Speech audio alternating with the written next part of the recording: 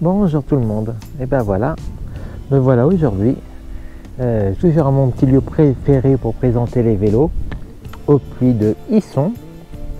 Voilà, donc là je suis, alors il me dit 840 mètres d'altitude, il me semble que c'est légèrement différent de la dernière fois, mais je suis au même endroit. Voilà, donc ici, pour ceux qui ne connaissent pas, j'ai une vue à 360 degrés. Voilà, je vous montre vite fait avant de vous parler du vélo. Voilà, enfin à 360 c'est là-haut, hein. Je vais me répéter pas mal par rapport à ma vidéo de l'autre présentation parce que le cube a beaucoup de points communs, celui-ci avec le mien, avec mon cross. Donc c'est le même moteur CX 85 Newton. La batterie, alors là, ça va être plus facile à vous montrer parce que la batterie elle est là. Il suffit d'appuyer sur le petit bouton, voilà. Donc c'est la Bosch 625, c'est exactement la même que j'ai sur mon vélo. La différence c'est que moi, elle est accessible par ici. Alors c'est plus joli, mais c'est plus joli, mais c'est beaucoup moins accessible par contre, hein. Alors je préfère le mien à ce niveau-là, parce que là, bon, c'est sympa, mais je trouve que le mien il fait vraiment intégré quoi. Voilà, donc c'est exactement pareil au niveau de la mécanique, hein. J'ai les mêmes équipements dérailleur Dior, 11 vitesses, pareil, dans 51 dents à l'arrière. Alors celui-là c'est le vélo de ma femme, donc je suis piqué aujourd'hui. Donc il y a des petites différences. Il y a le porte-bagages intégré là, qui est très sympa. Vous voyez, c'est vraiment pas mal fait. Un petit regret que je me rends compte là, c'est vrai que je trouve vraiment très sympa comme ça, c'est ici.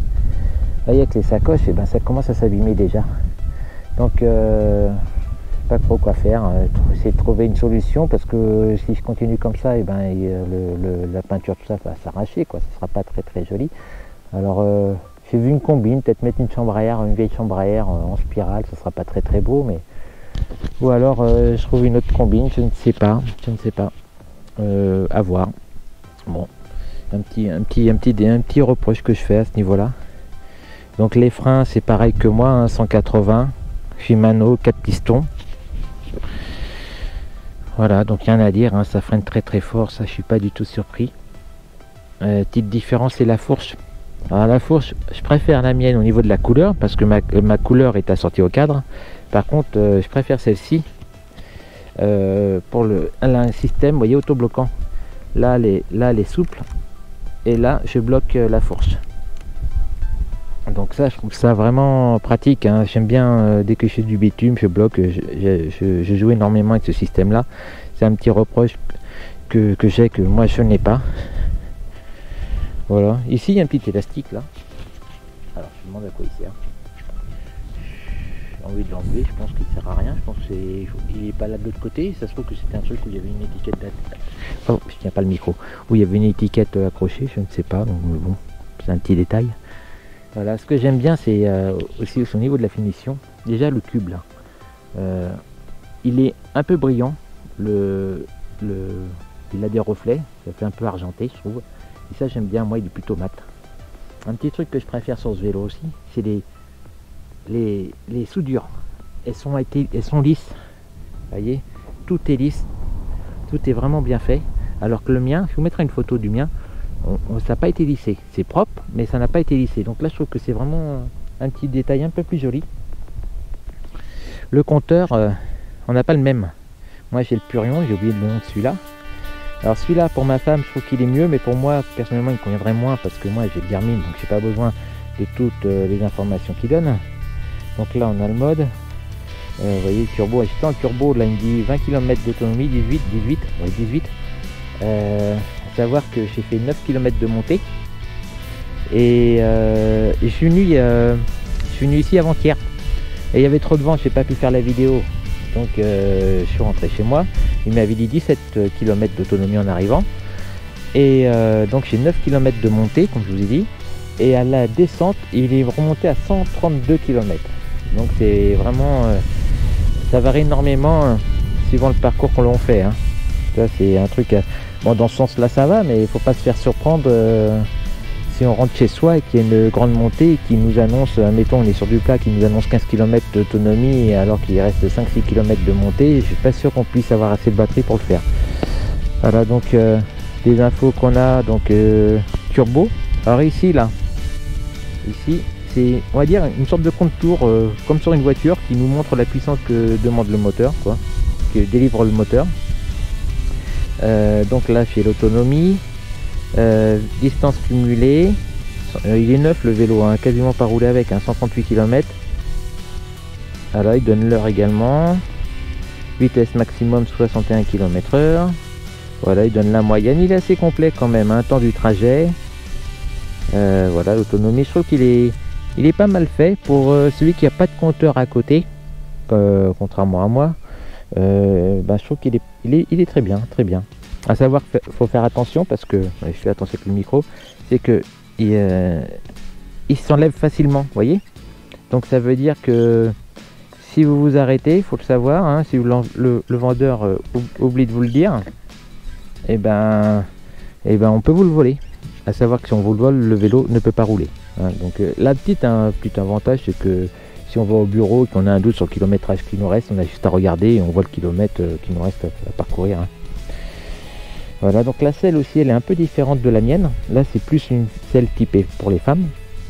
Bon, elle est confortable, hein. Franchement, ça va, hein. Ça va très très bien. Hein. Vous voyez, il y a pas la, moi j'ai la barre là, ici. La position de conduite est complètement différente. Là, c'est un peu conduite style, on va dire, hollandais. Elle est très très très droit sur le vélo.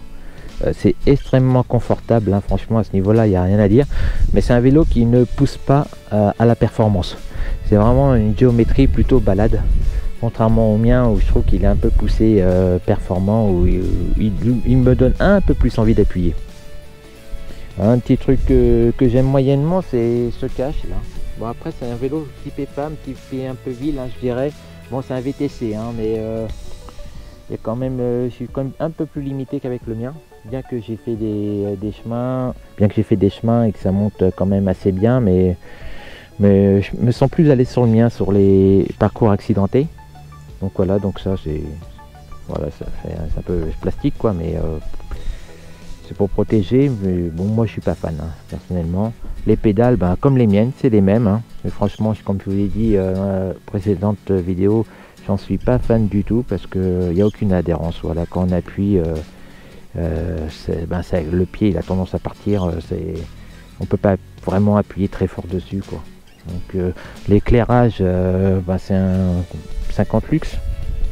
Voilà, pas mal, c'est exactement le même que moi. Il y a beaucoup de points communs d'ailleurs. Hein. Voilà, donc je vais vous l'allumer. Ce qui est bien pour l'allumer, il y a un petit bouton là. Hop, vous voyez. Et voilà, il est allumé.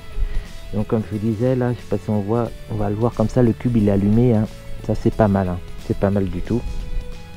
Ça fait un petit truc sympa. Comme ce que j'aime bien aussi, un petit détail, c'est la marque du vélo là, ici Cube.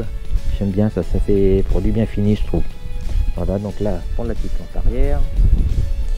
Voilà, donc on a les mêmes jantes, les pneus sont différents. Alors je sais que je vous ai oublié de dire des choses sur ma vidéo, donc j'espère que là je vais penser à plus de choses. Ah oui, un truc que j'aime beaucoup, les poignées. Je trouve que les poignées sont vraiment très très confortables, hein. J'aime bien, on se pose là, j'ai les mêmes, hein. C'est vraiment très agréable, hein, ces poignées comme ça avec cette forme, hein. Voilà, donc les vitesses sont pas mal avec l'indicateur du pignon. Voilà, que vous dire de plus? Alors je vous l'ai montré, mais bon, à chaque fois je vous l'ai montré, je vais pas vous le dire à chaque fois que je vous l'ai montré, mais c'est quand même bon. Je vais vous montrer la notice pour ceux qui n'ont pas vu l'autre vidéo. Je l'ai ramené. Attendez, je vais la chercher dans mon petit fouillis pour vous montrer que ça chez Cube ils peuvent mieux faire. Hop, regardez la belle vue qu'on a là. Alors voilà la notice, voyez, voilà l'épaisseur.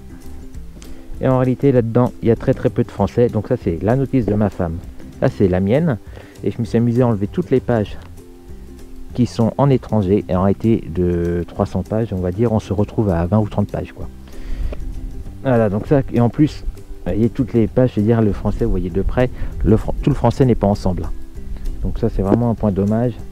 comme le service aussi Cube, hein, pour si on veut avoir des renseignements, si on veut contacter la marque, c'est quasiment impossible. Seul moyen de les contacter, c'est sur leur chaîne YouTube. Si vous avez besoin d'un renseignement, regardez, vous allez sur une de leurs vidéos et ils répondent dans les 3-4 jours. En général, moi ils m'ont répondu, ils sont pas mal à ce niveau-là, ils m'ont bien répondu. J'ai dit que la première fois que j'ai changé la batterie, pas sur celui-là, mais sur mon vélo, j'ai vraiment galéré pendant longtemps. Et donc je trouvais dommage qu'il n'y ait pas de tuto pour expliquer comment faire. Alors que sur la, il y a même pas, c'est même pas expliqué vraiment dans la notice.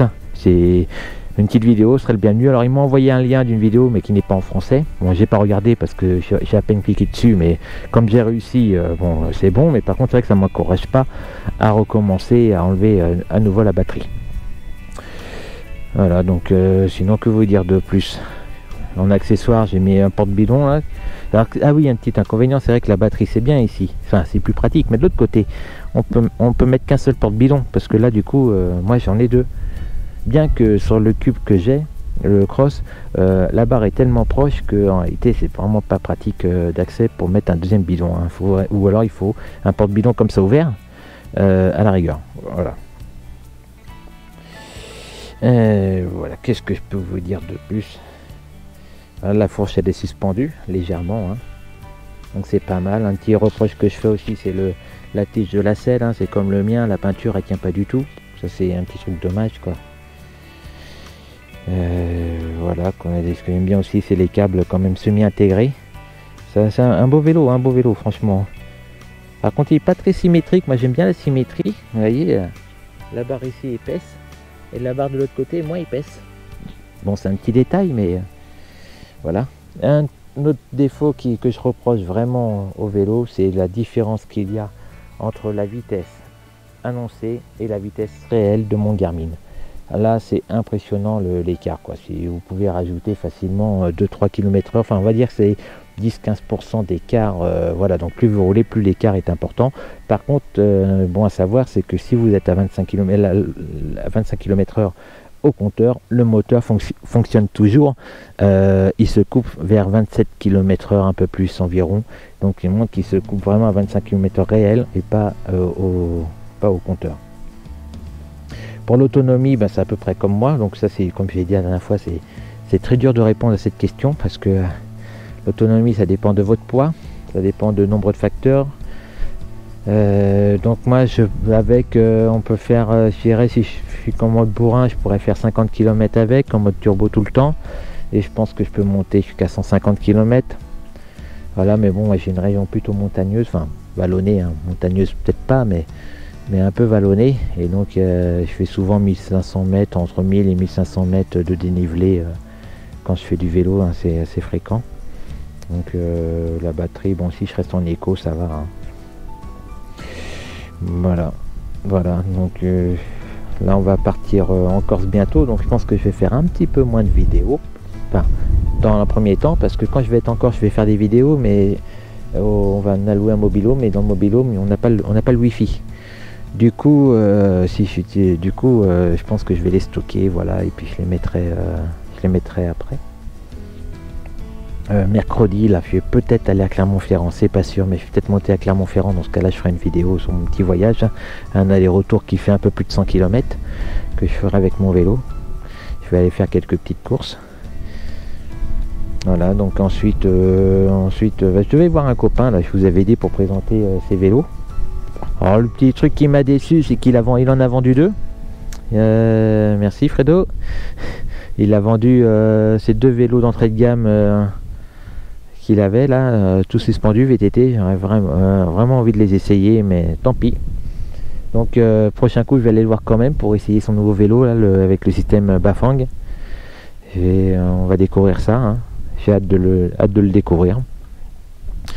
Bon bah écoutez, je pense que je vous ai tout dit. J'ai peut-être oublié certains trucs, mais je pense que ma vidéo que j'ai fait sur le mien va compléter celle-ci, vice versa. Parce que... Voilà, donc je vais vous laisser là. Et puis donc je vous dis à bientôt. Bye bye.